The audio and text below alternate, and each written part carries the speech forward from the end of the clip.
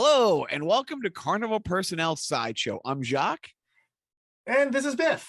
And Biff is going to drive the ship, especially at the beginning, explaining this movie draft sideshow that we're doing. Go ahead, Biff. Okay, so this is gonna be an 8-round draft where each of us is going to pick, what we think is our best favorite, movie in these different categories. And the categories are drama, comedy, prestige, which I'll explain in just a sec, prestige, action, sci-fi, horror, animated, and foreign films. Okay.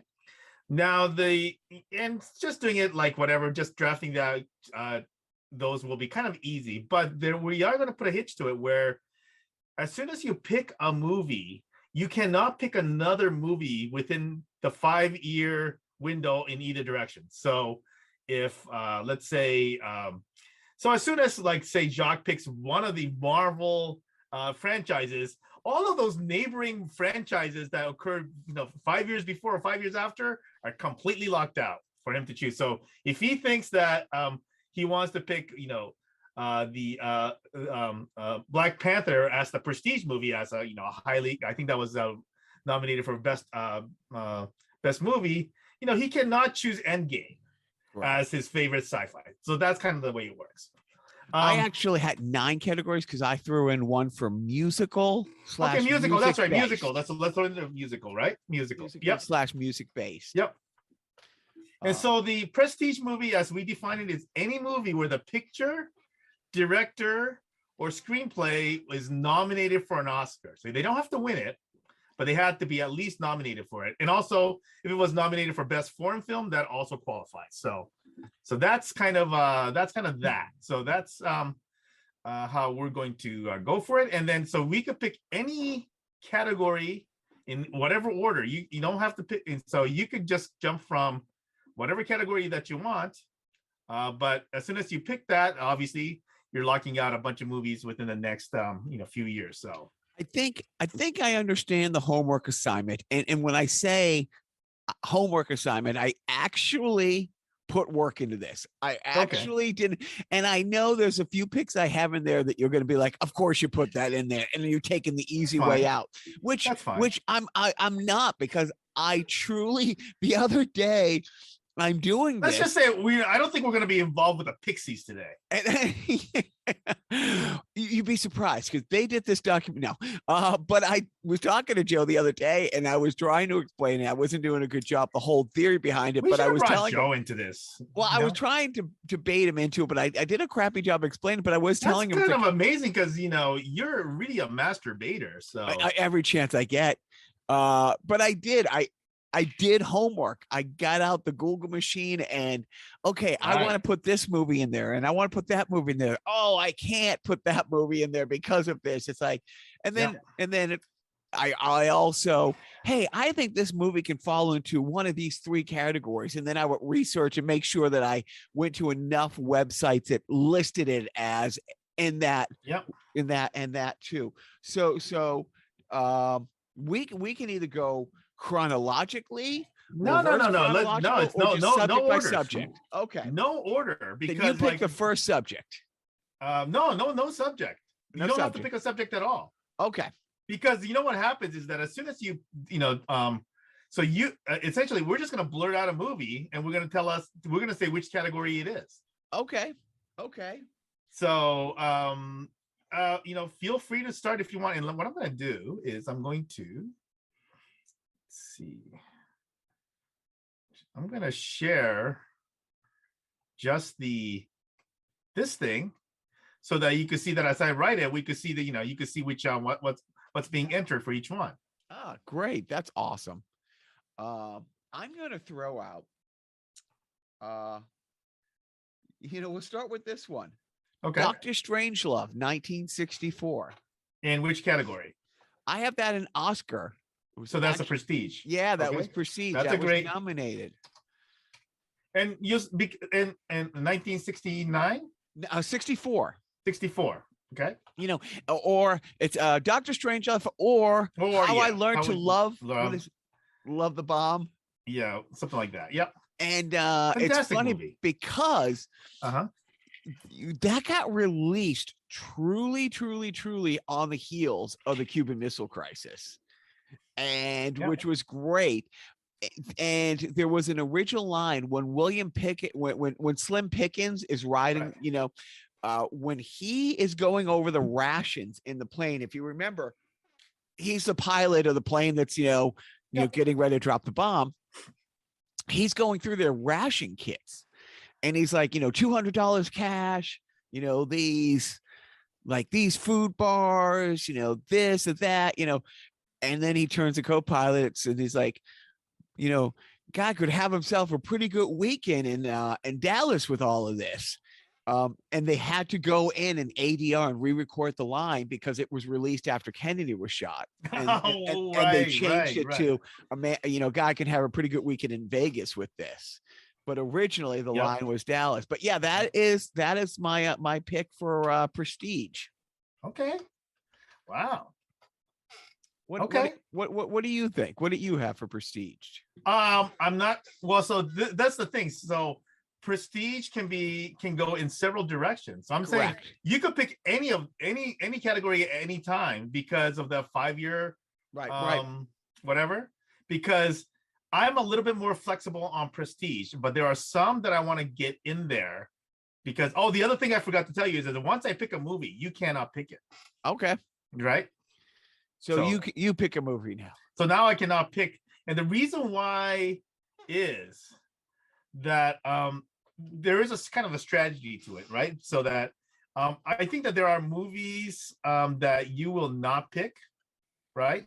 But there are definitely that I have in mind. But there are definitely movies that I think that I would pick, that I would want, that you might pick. Okay. And that's how I'm going to start mine. All right. I'm going to start with an action movie. Okay. And my action movie is a little old movie called Empire Strikes Back. 1980. Yeah. 1980. And obviously, I really struggled with this one. And the struggle between this, it has a lot to do with some of the subsequent picks also. But one of the big struggles I had was, do I pick this or do I pick the first one? It is because that was on my because I did that was going to be there's a couple movies I was going to use. The way I did the assignment is I picked, okay, this is my movie, this is my one movie, and then I reverse engineered it, going the other way. Right and I couldn't pick a movie within 10 years. And there was a couple movies in that era where I'm like, oh God, if I pick this, I can't pick this one and that one and that. It was tough because, we talked about it recently. Recently, the wife had asked me, is that still my all-time favorite movie? And it is a coin flip. I mean, I still don't think I go. I think your other choice is garbage, by the way, but sure. I don't think I go a 24-hour period without uttering a line from Empire Strikes Back.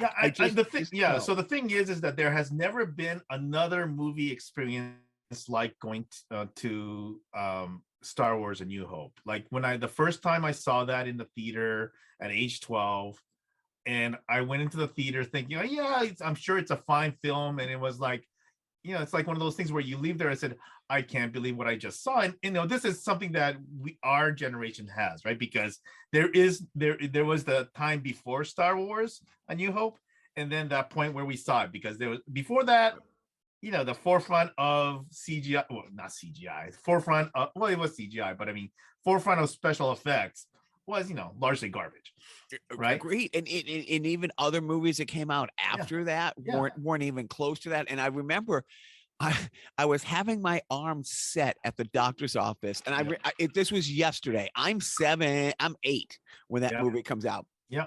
And I'm having my arm set, listening to the doctors talk about it. And it's like, I just couldn't wait to go see it. I hadn't seen it at that point. I remember sitting there with, my friend Mike, the kid across the street, Mike Sullivan, been on the podcast, really great friend of mine and Joe's, and just forevermore. But Empire was the first one that, and I'm 12 that summer, or I'm 11 that summer, and I could go to the movies myself then, and I would, then that whole summer, the number 26 is in my head, that there was 26 times that we went to the Woburn Showcase Cinema and just walked in and watched that like all summer long. And like I said, to this day, you know, anytime, you know, and it's inflective. There's so many lines from that movie that I just utter under my breath or say out loud. You know what I mean?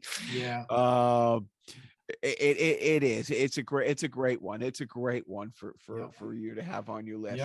So where I pick first, the way these drafts usually work, you get to pick the next two.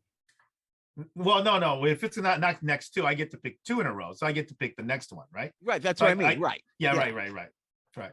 So for the next one, I'm going to go straight to the Prestige, and I'm going to pick the original Godfather, 1972. Not a bad choice. And obviously, it's really the first one of those great movies that I really thought was like, I understood that this was great. Like a lot of, when you're younger, the great movies aren't that great, right? I mean, I don't really, I saw Ben-Hur or whatever it was at the time, right? Yeah, whatever. I mean, but back in, so those movies tend to be like, but The Godfather was the first one that I watched and said, and I watched it later on TV. So obviously I wasn't a 7-year-old kid watching Godfather, in the theaters. I probably watched it at around 75 or 76. So I was, 10, 11-ish maybe. It's go ahead. It's one of those movies I didn't watch till a few years ago. Like everybody would have assumed, oh, you went to film school, you're a film guy, you love movies, you've seen, but there's so many of those movies. And just like you said, people think, oh, it's an important movie, you have to watch it.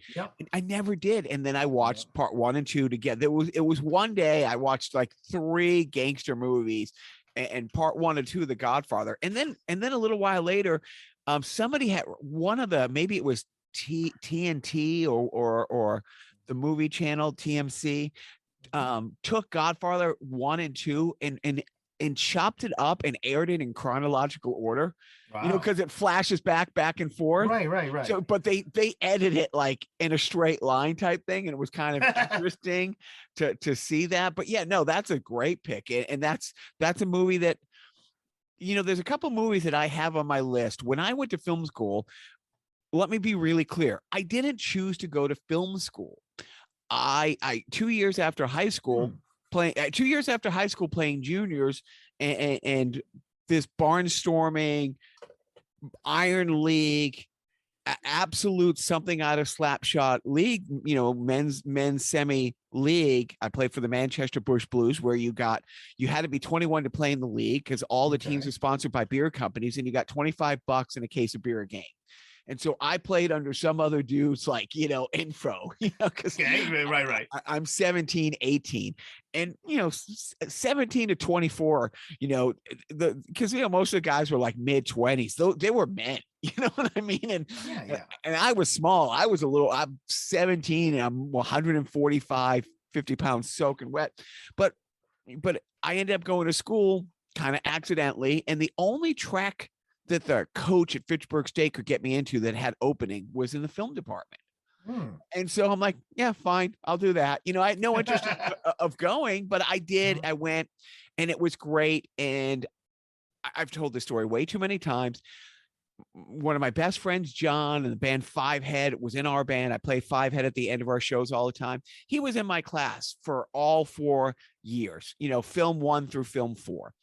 And day 1, film 1, our assignment was come in with our 10 favorite movies. And all these fucking kiss ass pieces of shit coming in with, these, well, it's not really a film. It's 2 reels of a film that the director had to smuggle out of his ass in Czechoslovakia when the Nazi, you know what I mean? And it's like, and all these, Citizen Kane and all this stuff. And honestly, I came in with The Jerk and Caddyshack, and the teacher was pissed at me. And I remember him being pissed, and for that forevermore, he was done with me. He was absolutely done with, which the funny thing is, it's like 2 years later, film 3 comes along.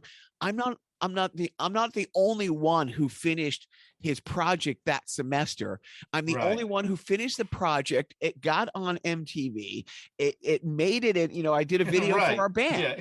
And it's like, I still got the lowest grade in the class. Like no one finished their assignment, but it's fine. It's fine. That said, it was years later that I'm like, yeah, fuck, Citizen Kane is great. You know, and now it's funny. Now I'm old and I'll watch older movies more now than then. And I have right. And it's like, and I appreciate more. It's like, oh, well, we don't get to Star Wars without this, and we don't get to this without that. And so some of my picks are that. Some of my picks are the things that me at film school in 1989 at Fitchburg would have kicked the shit out of me for right. Oh, you're just picking that to be a dick. But no, Godfather's one of those movies I should have watched 30 years before I did. But I love it now.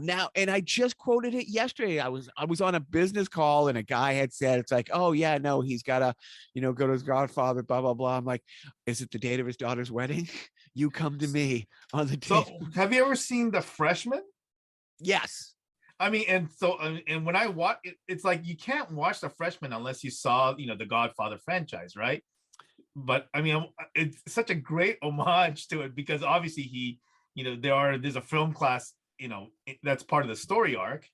And then of course, so like that whole thing just crazy hilarious that now you have, you know, Marlon Brando, who is not, you know, Don Corleone in the movie, but he's Don Corleone in the movie.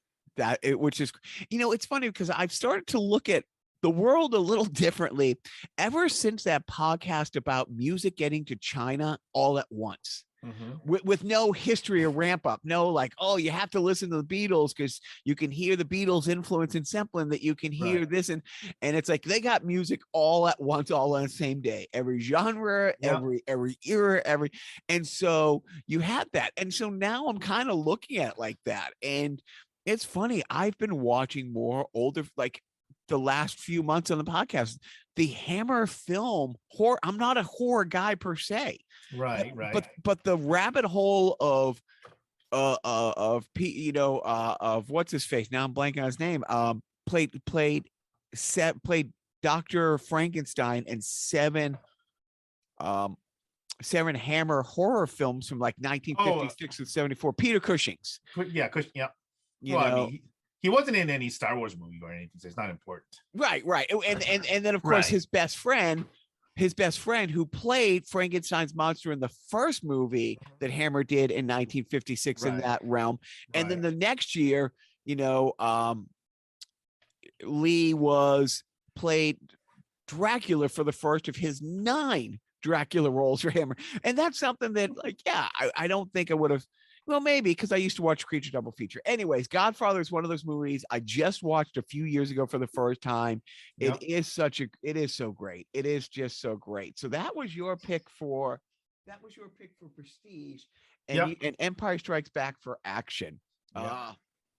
So I'm gonna tell you, you know, and for horror for me, and I picked it just for the reason I mentioned I would have kicked my ass for picking this 30 years ago.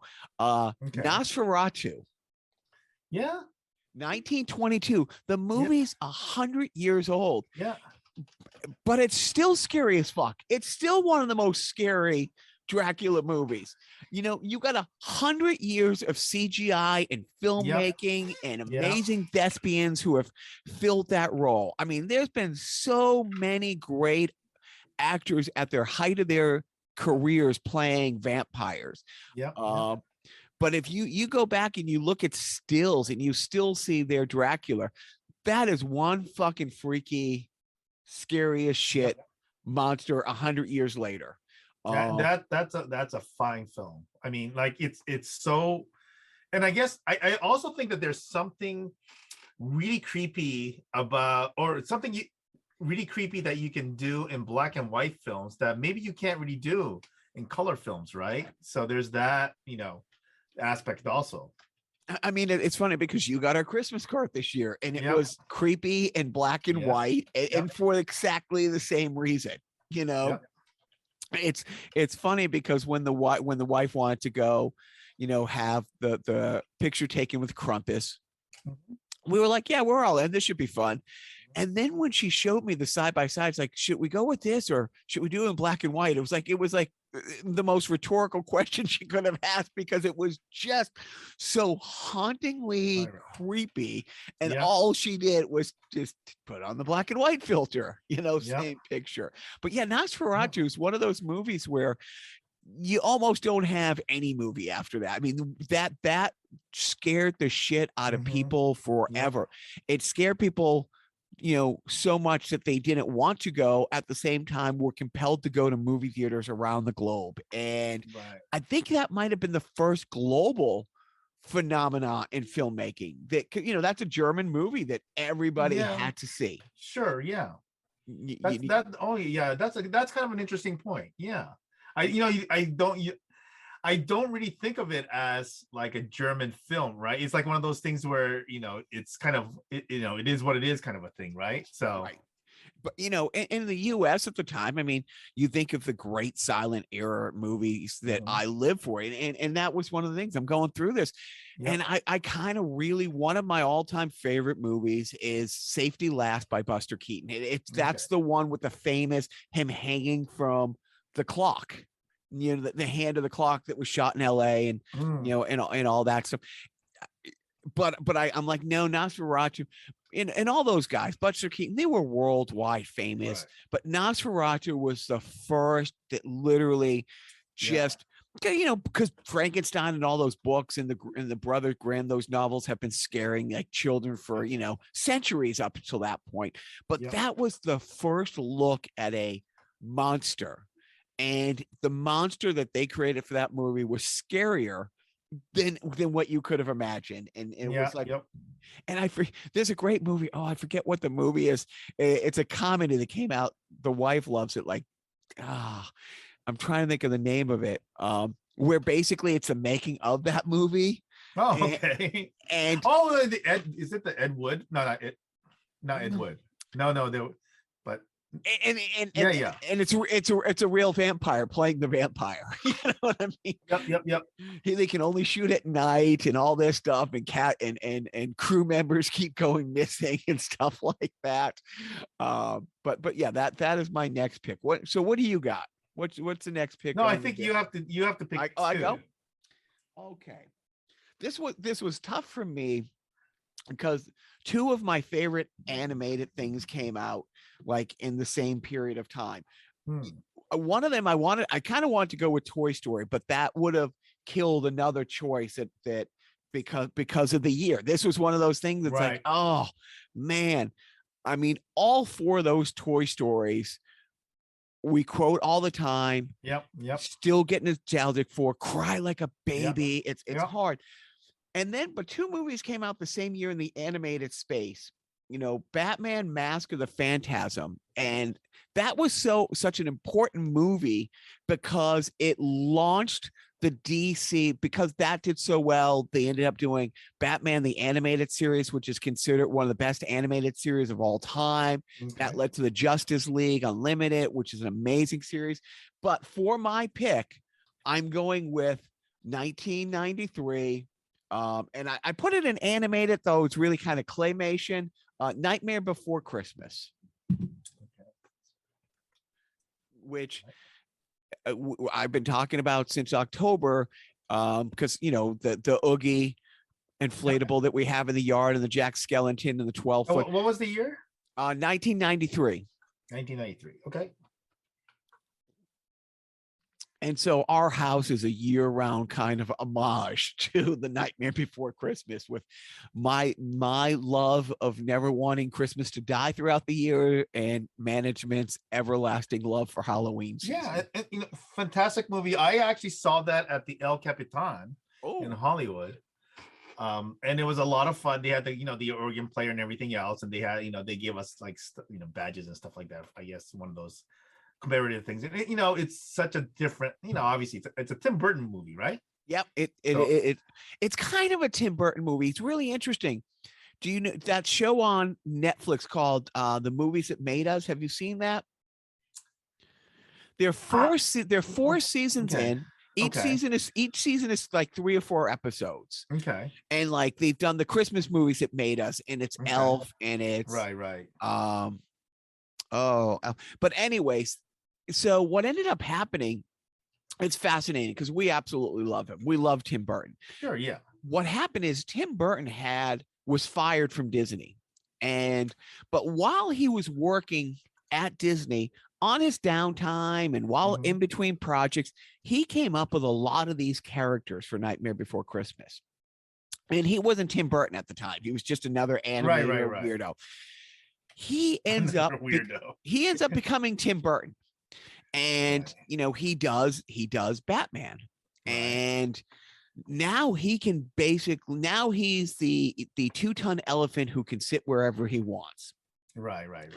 Yeah. He wants to do Nightmare Before Christmas, but Disney owns like those drawings that he has, because technically he was on their clock a decade earlier when he sketched. So it became one of those things where in the 9th hour, can you use him? Is there going to be a lawsuit? Can they buy that? Like Disney ended up, I forget the studio, and said, hey, why don't we do this as a co-production? But here's where the story becomes interesting. Okay. He was also doing Batman, the Batman sequel at the time. And Tim Burton, 90% of the time, was up doing the Batman movie simultaneously, the exact same time Nightmare was being done up in Canada. And so it was it was one of those things where Nightmare Before Christmas wasn't polling well, it wasn't testing well, and then they changed the movie poster to Tim Burton's Nightmare Before Christmas. And people are like, oh, the guy who did Batman. Okay, I got to go see this. He had, I don't want to say almost nothing to do with it, but he was not the driving force behind that. And it's great. I said, that's kind of weird. That's kind of funny. So I didn't know the backstory. I didn't really follow it, but that's interesting because I kind of went in there kind of thinking that it was kind of this, Tim Burton thing. Oh, of course it's like this because it's a Tim Burton thing, right? And it was like so like I said, it's a movie. There's 2 shows. There's 3. It started off the toys that made us, I think. Right. And then they did the TV shows that made us and the movies that made us. And like this past season was horror ones. It was like Halloween, which was great. But check it out. I mean, it's like Aliens, and they did Coming to America. They've done, and the stories of even Dirty Dancing, like how these movies that are so iconic came to be and almost in it. Like right. They did Mama always said life's like a box of chocolate. Forrest Gump. And so you're watching that. Forrest Gump almost didn't happen, and Tom Hanks wasn't their top 10 pick. When you see of all the people who had, and now you can't imagine Tom Hanks not, being the shoe-in for that and other things. But the story about like Nightmare Before Christmas, and I'm not taking away anything from Tim Burton. The guy is beyond legendary. And I mean, we were so lucky just before we left LA, when we were back visiting LA after we moved to Qatar. LACMA had a whole Tim Burton exhibition exhibit that included sketch drawings he did when he was 7-8 years old. I don't know how his sketches didn't wind him up being institutionalized as a kid, but I mean, he's pretty great. Yeah. And his relationship with Danny Elfman and stuff. Right. So great. But yeah, that's my pick. Okay, so you got a pick now. So I'm also interestingly enough, it's not in the prestige area, but I probably could have swapped these two, but I'm also picking a Kubrick movie, and that is 1987's Full Metal Jacket for the drama. Yeah. And obvious, I think people knows the kind of the drill sergeant. Obviously, that I think people look at that as the iconic thing, but lots of great little things. I mean, was it Daniel D'Onofrio? I think is his name. He's the Sergeant Gomer Pyle, and it's like it blew my son's mind when I told him, that guy is the cockroach in, Men in Black, right? It's like, right. and he's like, what? They Among other things, and you know the story the story about the drill sergeant, right? Yeah, they had him as the technical consultant or something like That's that, it. right? Yeah. Right. And then he's like, yeah, you know what? Why don't you just do it? And it was weeks working with other actors and them just not getting it. Yeah. And man, talk about, and he had a career he passed away 5-6 years ago, but he had a career forevermore playing that one character. But absolutely. Man, was he fucking, there's only two things from Texas where I don't see any horns. That kind of narrows the choices down some. Oh, I didn't know they stack shit that high. Yep. Yeah, no, he was great. Yep. So yeah, great movie. Once again, one of those movies that I think the people who like it tend to see it a bunch of times.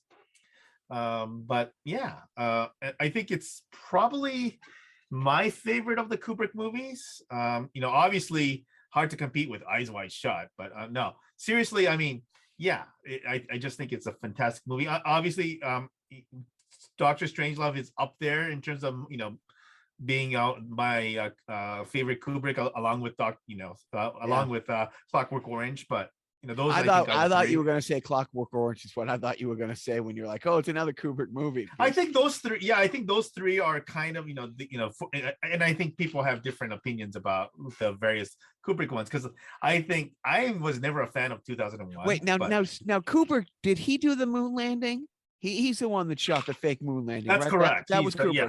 Right. So you got Clockwork Orange. You got that. They got the moon landing. So those four things right there. Yeah. No, he was, huge. Fantastic. So we broke when we were talking the other day. I thought maybe we did. I'll have to, remember. Did we break monster and horror into different categories? Well, no. What we said was horror. Monster can be, depending on what it is. It could be horror, or it could be action, or it could be sci-fi. So I have. And I better throw it out there. No, I have to pick another one first. No, you do. Okay. Yeah. So it's kind of funny that you mentioned, monster and horror, because for my foreign film, I'm picking Ghidorah, the three-headed monster. Okay.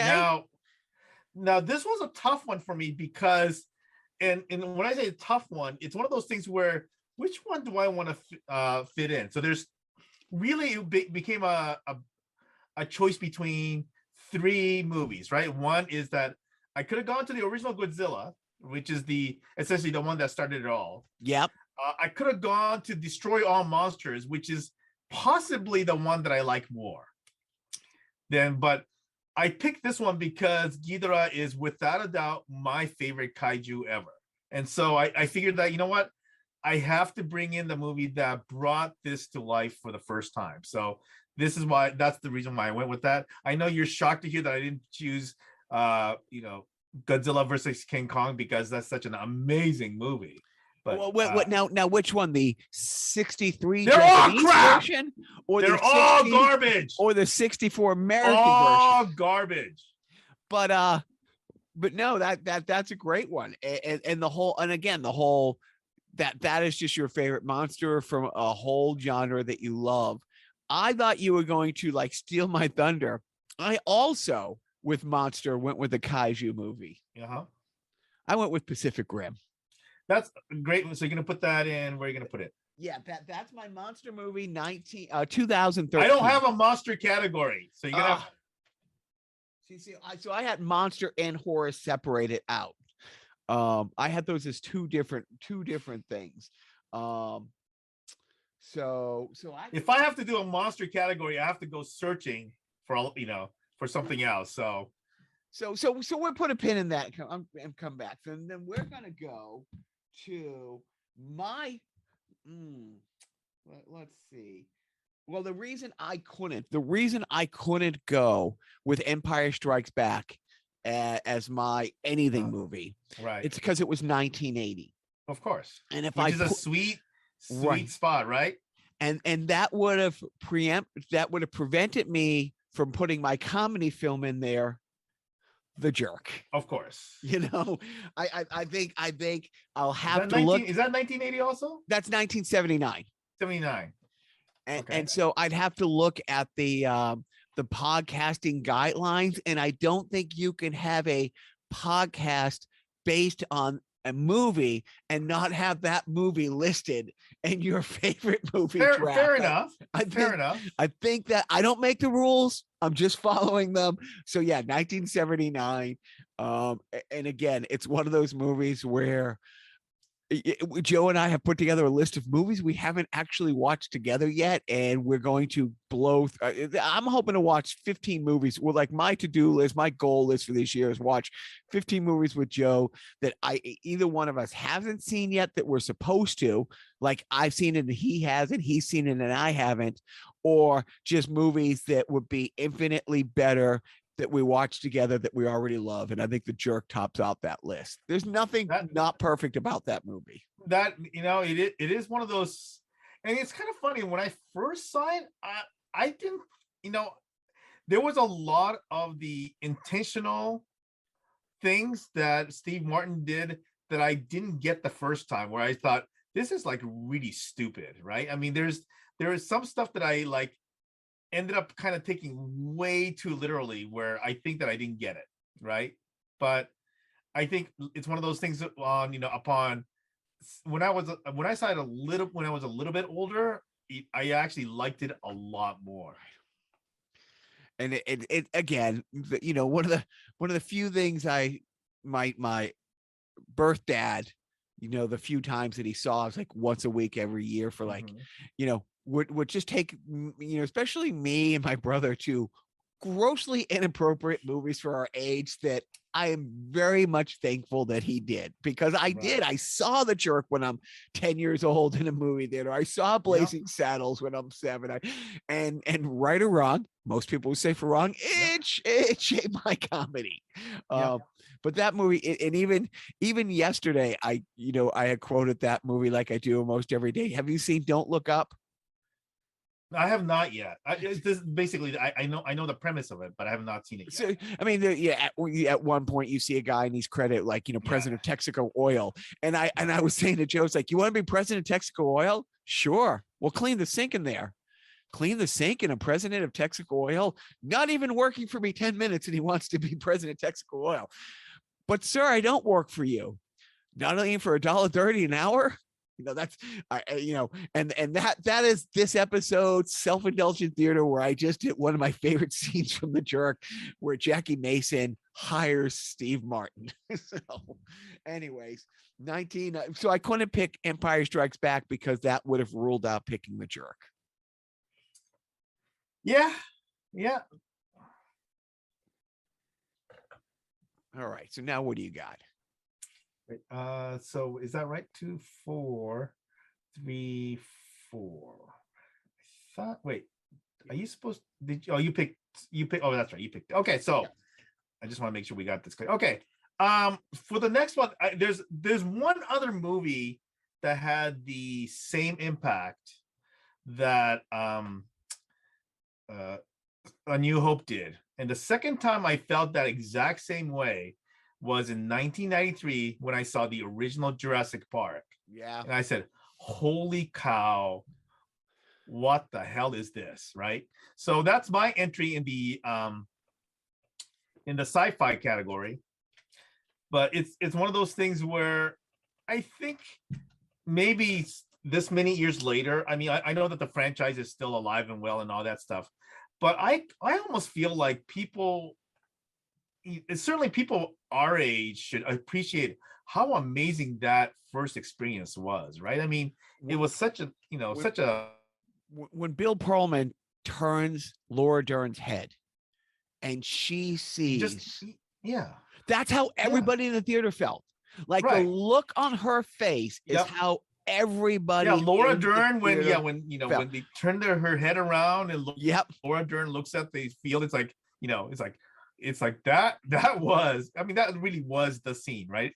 So and her emotion is how everybody felt who Yep. saw that. And Yep. you still, you feel to this day, like if you're watching it and just the glass is shaking when the Yep. when the footsteps are coming. Yep. I mean, Christ's sakes, you could throw that in horror for that. You know, you Yep. could throw, I mean, but yeah, that movie is one of those touchstones where it just filmmaking was different after Mhm. that. It really was Yeah. different after that. Yep. Yep. Yep. That's Yep. a So great yeah, call. amazing, amazing, amazing film. So I mean, and I think that's the thing where, you know, I don't, you know, we can argue all we want about what makes a movie great and all that stuff, but I think that was one of those movies where, you know, essentially it was it's one of those unique movie experiences, right? It really is, and Yeah. and there's still hey, you got to see this in the theater first Yeah. type thing. You can watch it on TV later a Yeah. million times, but you got Yeah. but that's something that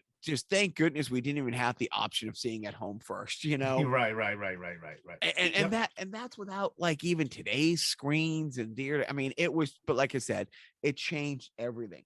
What Yep. changed everything for me is, or what changed everything in the sci-fi category, and here's my sci-fi pick. Oh. Again, this is something I would not have picked in 1998 as a film student. I would have like rolled my eyes if some douchebag had picked this in the class, but I'm going with 1956 Forbidden Planet. Oh wow. And it is That is a weird movie. you know, but Yeah. I mean, what's great is Leslie Nielsen. Like he's, you know, Yeah. it's the same Leslie Nielsen as Airplane, but except they're not, his lines aren't delivered ironically, you know. But that's one Yeah. of those movies. It's a great movie. It's a great. I mean, that era of sci-fi, anyways, even the radio. If you listen to the radio shows from which I listen to tons of, like Yeah. from the 20s and 30s and 40s and 50s, when you have Right. like I'm trying to think, it's not just a Twilight Zone. Twilight Zone was the creme de la creme, but when you have Out of Limits, Well, oh, there's also the whatchamacallit, the Orson Welles one, right? Where you know, where that changed right, like right. that's one of those ones where I probably listen to that once or twice a year, at least No, once or twice a year. War of the Worlds, World of Mercury Worlds, Theater. yeah. Yeah, it was the Mercury Theater. And it was absolutely incredible. But Forbidden Planet is one of those things where the special effects were revolutionary for the time, but the story was just so, it was a sci-fi story that was something that people could wrap their heads around. It wasn't too far out there or too far. But you could see how much Star Trek borrowed from it a decade later. Interesting. It's so many of the themes from that movie were used. I mean, there was at least 3 or 4 episodes of the original Star Trek that were storylines taken from Forbidden Planet, and not taken from. I mean, they're sci-fi tropes at the time, but you definitely that changed, that raised the bar forevermore for sci-fi movies. Yeah. Still a weird movie though. Yeah, but great. Yep. All right. So we're kind of going back and forth instead of doing 2 in a row. So I'm going to go ahead and go back and pick one. So so I had to so this is one of my favorite movies ever.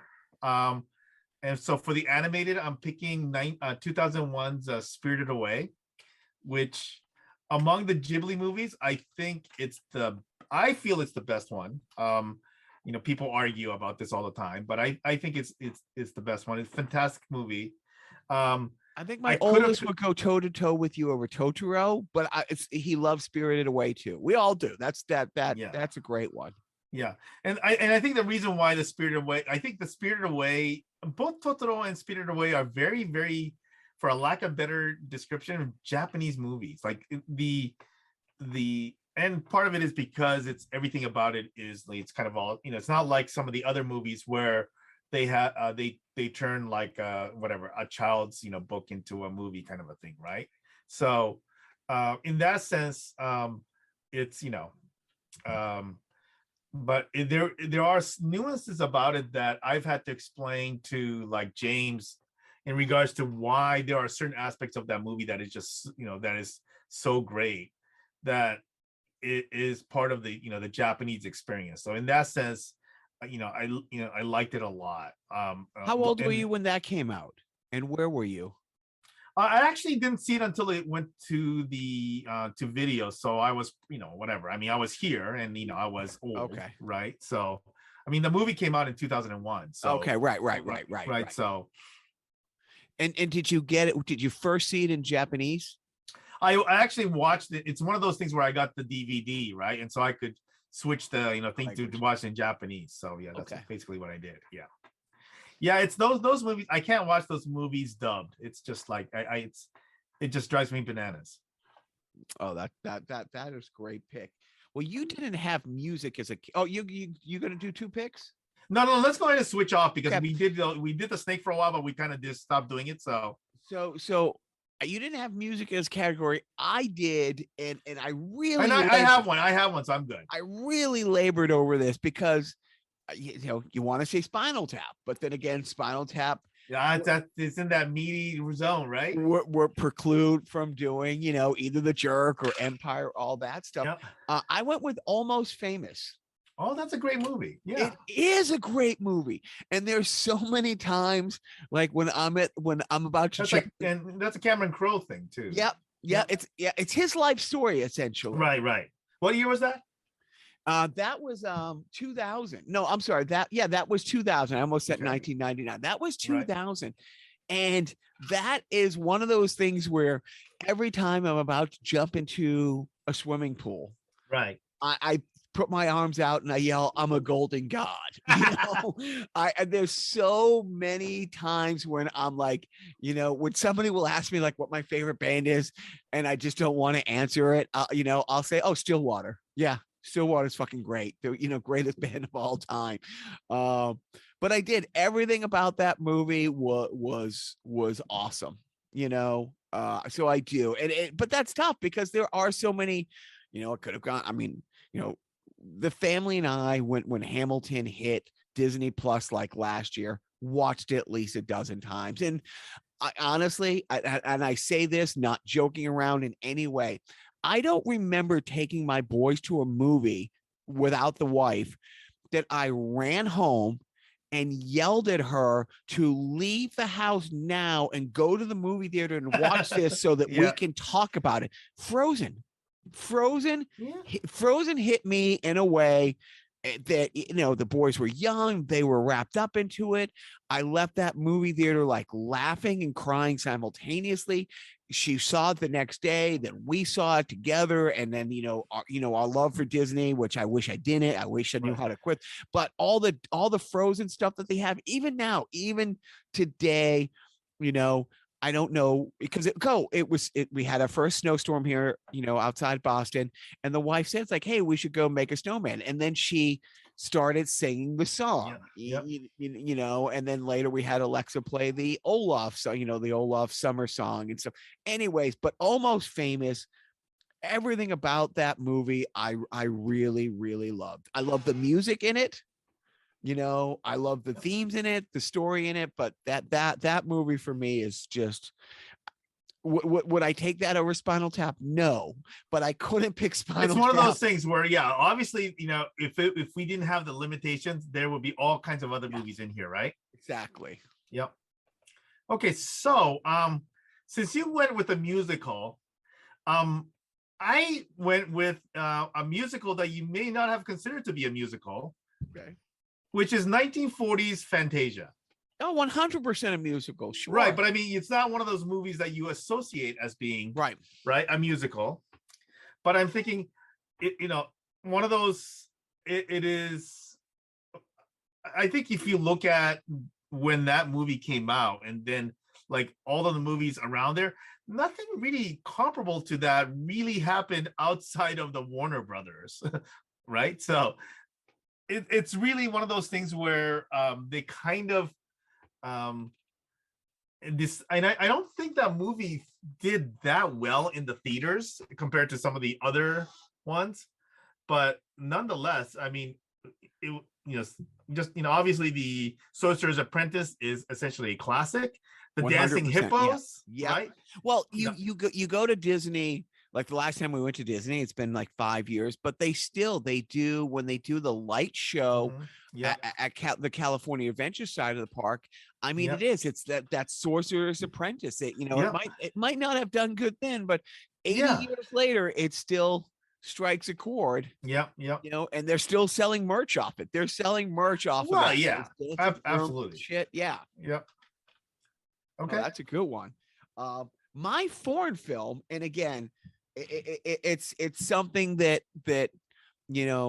20-year-old me would have punched like a douchebag in the class for putting their favorite foreign film as Metropolis 1928. Oh, okay. Yeah, I haven't seen that in forever. Oh my God. Well, you can either watch that movie or just watch a Queen music video. Sure. Okay.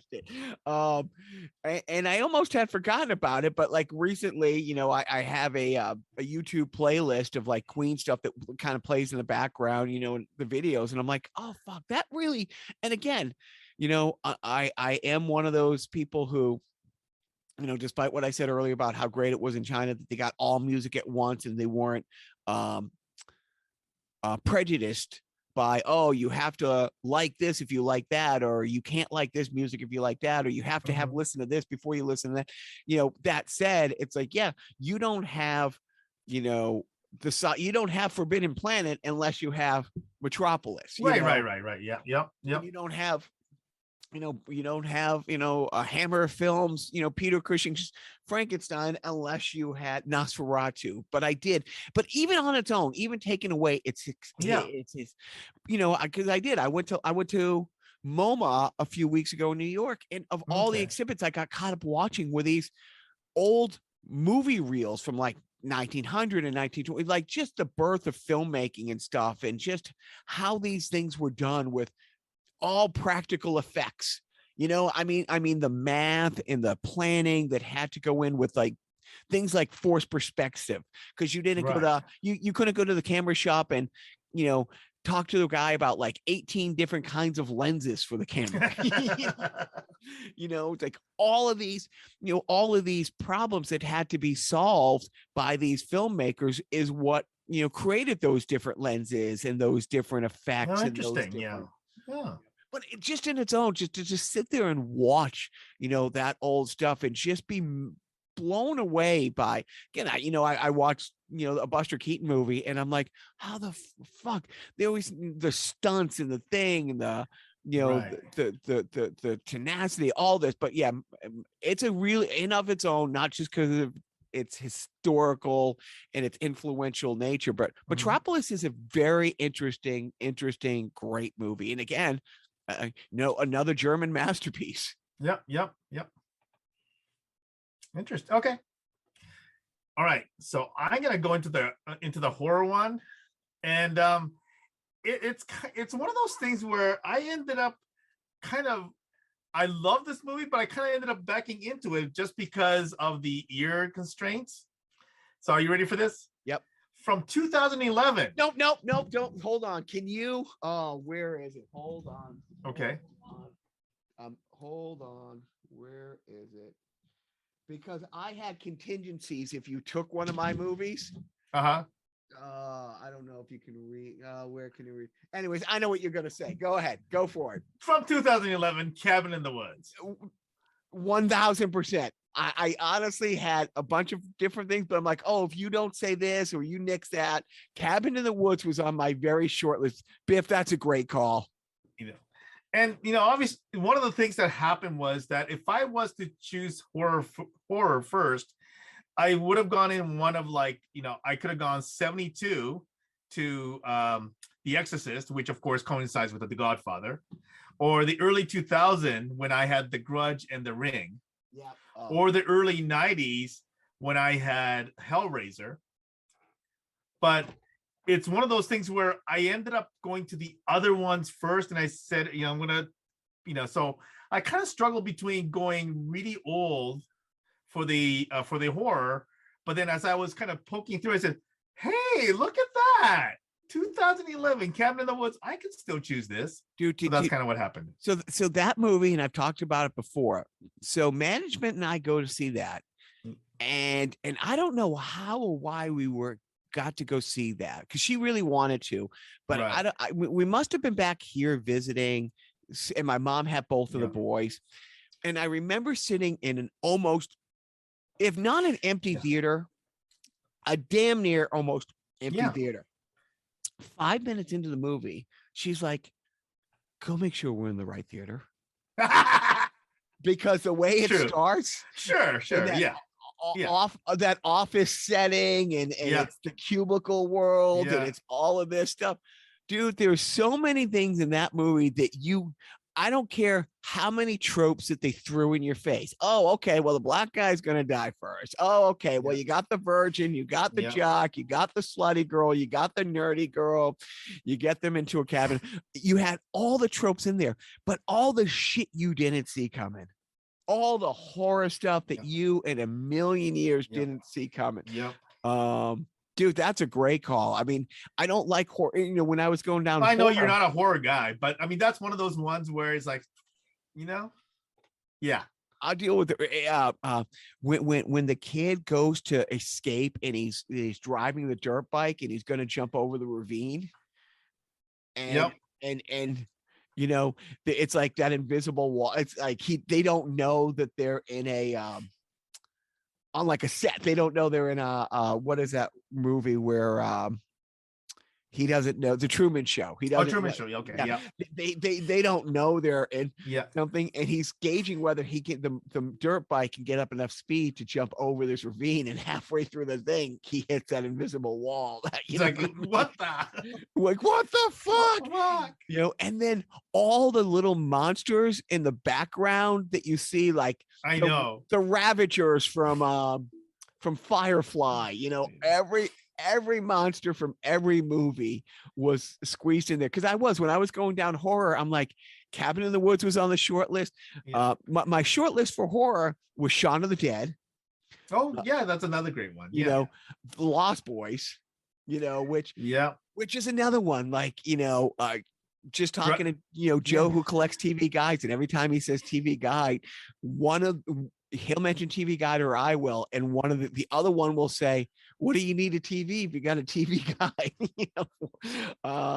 You know, at least once a week, I think the wife looks at me and she says, you know, I hate Santa Barbara vampires. You know, Santa Cruz, right? Santa Cruz vampire, yeah. No, dude, that movie was a launching point. But Cabin in the Woods, what a great call, Biff! What a fantastic call. So, you know, my action and drama left. My action movie, and I know you don't agree, but Endgame. Endgame is the one movie that I now have to flip the coin. Action movie. I count Endgame and Infinity War as one movie. You know what I mean? But what was the year on that? 2019. 2019. Okay. And I hope to have a moment in a movie again in which, when I saw the reveal of Thanos about to kill Thor and then get clocked upside the head with the hammer, and you know, the hammer comes flying back and you pan up to see it was Captain holding it. Right. That moment that you knew was coming, because I read the comics 30 years ago, but still how it made me feel. I implore, take the 10 minutes out of your life, because somebody in Hollywood filmed the crowd reaction. Right. For the crowd reaction at the end of Infinity War was just heart-wrenching, just gut-wrenching, listening to the audience have its hearts just stomped on. But then to hear the audience reaction to that one moment, it's like, I love it. Actually, you know what's another funny one for the Infinity War's reaction? Somebody who had never seen Infinity War in the theaters, and she decided to watch it at home and live tweet it, is what's her face? Leslie Jones. What? Leslie Jones. from Saturday Night Live. Did you follow her on Twitter as she was live tweeting her watching? Because it was freaking hilarious. Oh no, not Spider-Man. Oh, right. Yep. Oh my God. I was just like dying as I was watching, yeah, this, I'm just gonna keep refreshing this, hilarious. So yeah. So that would be my action. Down to my last one. So, and I will admit that my my choices have this heavy, personal culture lean to it. Good. And and I'm picking another movie from 2019, and it's a little a movie called Parasite out of South Korea. If not for Endgame, that would have been my foreign film. Yeah, I mean, fantastic. Obviously, I almost cheated here, by the way. Almost cheated, because in 1956 there was a little theatrical release called What's Opera Opera Doc, which technically was a movie because of a lack of TV back then. But I thought, sure. I mean, I could call it a movie, but in reality, we all know, that's really not in the spirit of things. But then I figured out, hey, look at that. Look what showed up here. So, and obviously, hopefully, we're not spoiling it for anybody at this point. It's, it's been a couple of years, but what a turn that it takes at the end. It's like, no, you don't fucking see that coming. It's like, what the hell? What the hell just happened? What the hell just happened? There's no hints at all. Yeah. That at all. And yeah, we're 3 years later. So, I really spent, probably the same reaction that I had with many people. Is like, I spent, 80% of the movie thinking, it's kind of a cool movie, but I kind of see this coming, and I don't know what's so good about it. Oh my fucking God, what the hell? Right? I mean, that's what it is. The wife couldn't wait because it was such Oscar bait. It's Korean. Yeah. She was so excited, and we're watching it. It's like, okay, it has a couple funny things, couple sad things, a couple. I mean, it's made well by and large, but it's like nothing extraordinary. But right? then it's like, oh my God. Then it's like, it's almost like a Cabin in Wood things. It's like, wait, what the fuck is this? Yeah. How did we wind up here? And then it becomes this from this mundane family story to this. It's goes from that conniving, whatever, all that stuff, that thriller, and you're trying to figure out how they're gonna get caught, and it's coming to them, and you kind of think, how is the family gonna figure this out on all that stuff? Yeah. So but it's funny because I felt the same way of like, whoa, and dude, there's so many times like Oscar movies, it's like, okay, let's go make an Oscar movie or an Oscar, but that came out of nowhere, and just, hell, between like that and Squid Game, like, Korea is, in the new Hollywood. I mean, that's great. It's one of those things where part of it is I think there's a lot.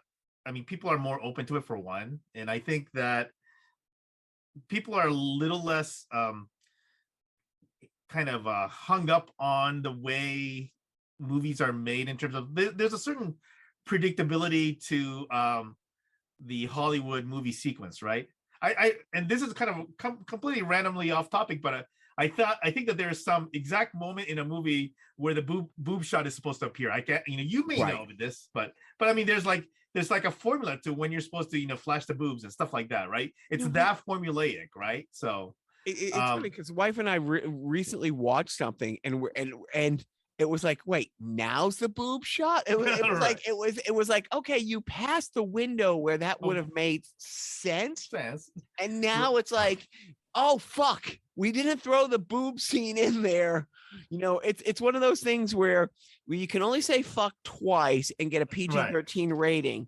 And if you're gonna, but you have to say fuck 3 times. Well, if we have to be a rated R movie, let's throw the gratuitous boob shot in there. It was like one of those things. But at this point, it's like they were getting an R rating or whatever, and it's like there was no reason, no context, and I was like, oh, okay, now, I mean, hey, I'll take movies anytime you want to show Right. me. I'm not saying that.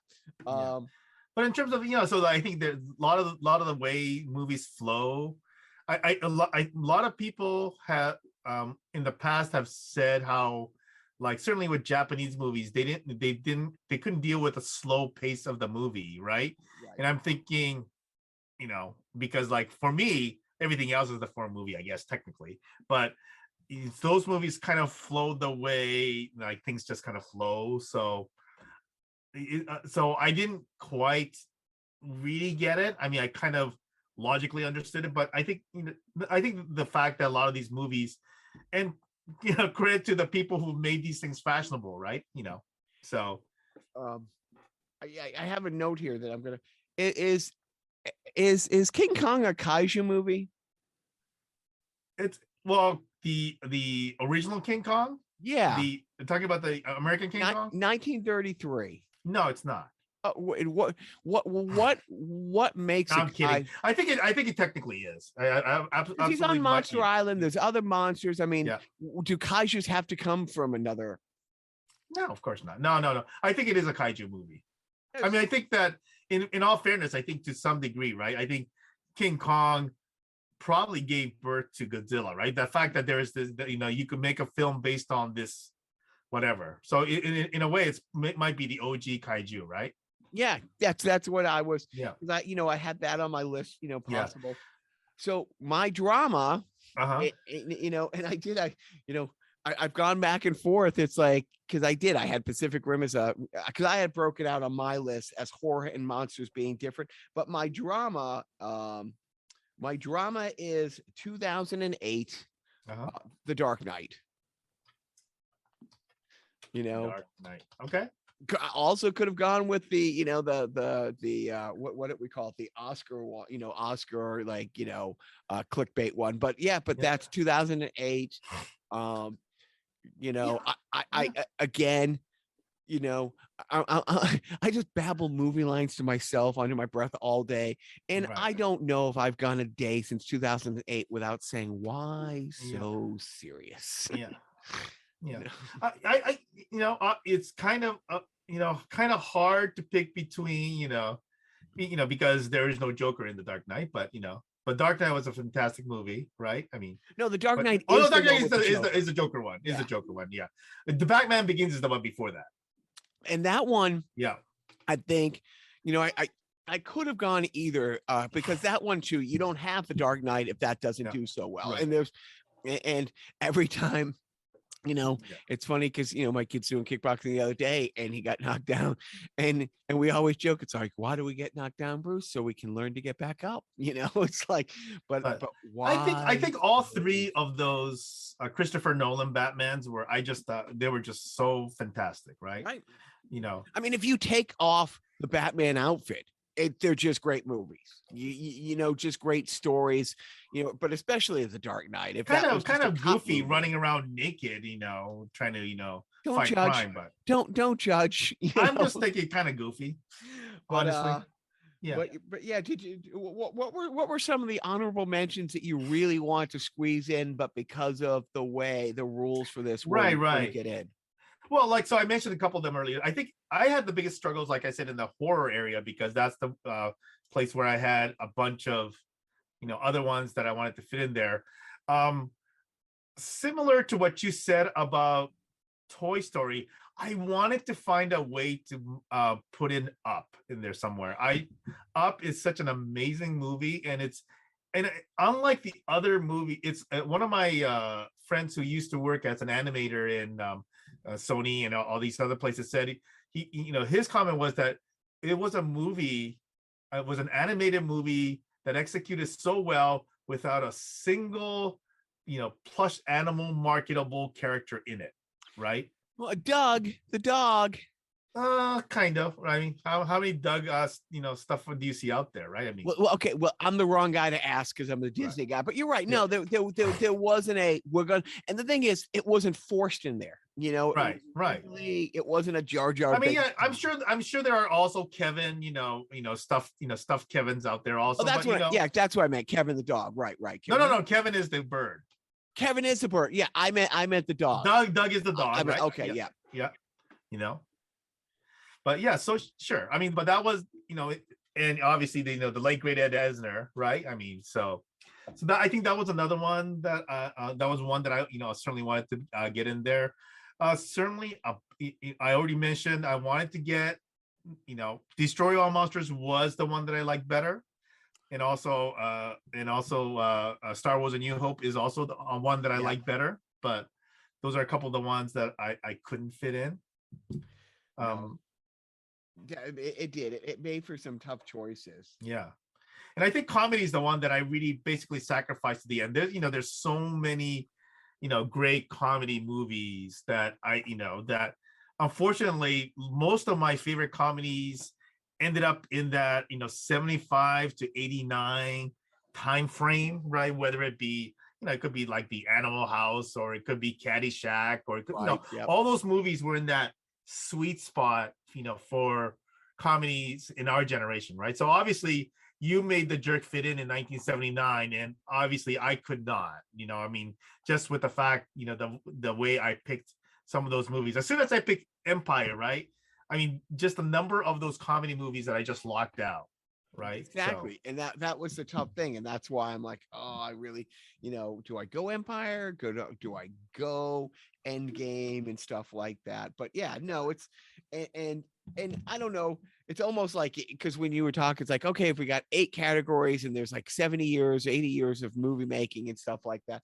But I did. I don't know if I cheated by going 100 years back to Nosferatu, but I did. And I remember seeing that, in Harvard Square at the Coolidge Corner for like the first time, and being one of those like, whatever, sure, it's an old movie, and walking out thinking, holy crap, is that fucking scary.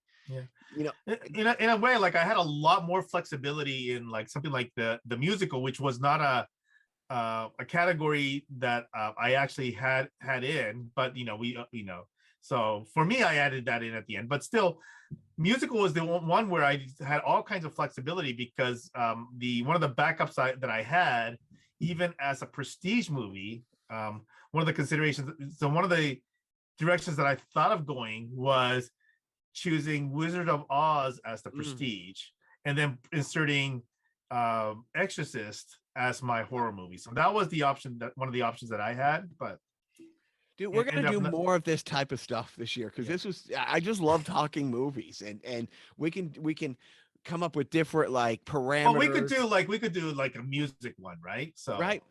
But that'd be the tough one. It's like, because it's like if you pick Spinal Tap and I can't, or vice versa, it's like, but Up is something that I don't have anything negative to say about Up at all. I will say I'll probably see it another dozen times in my life.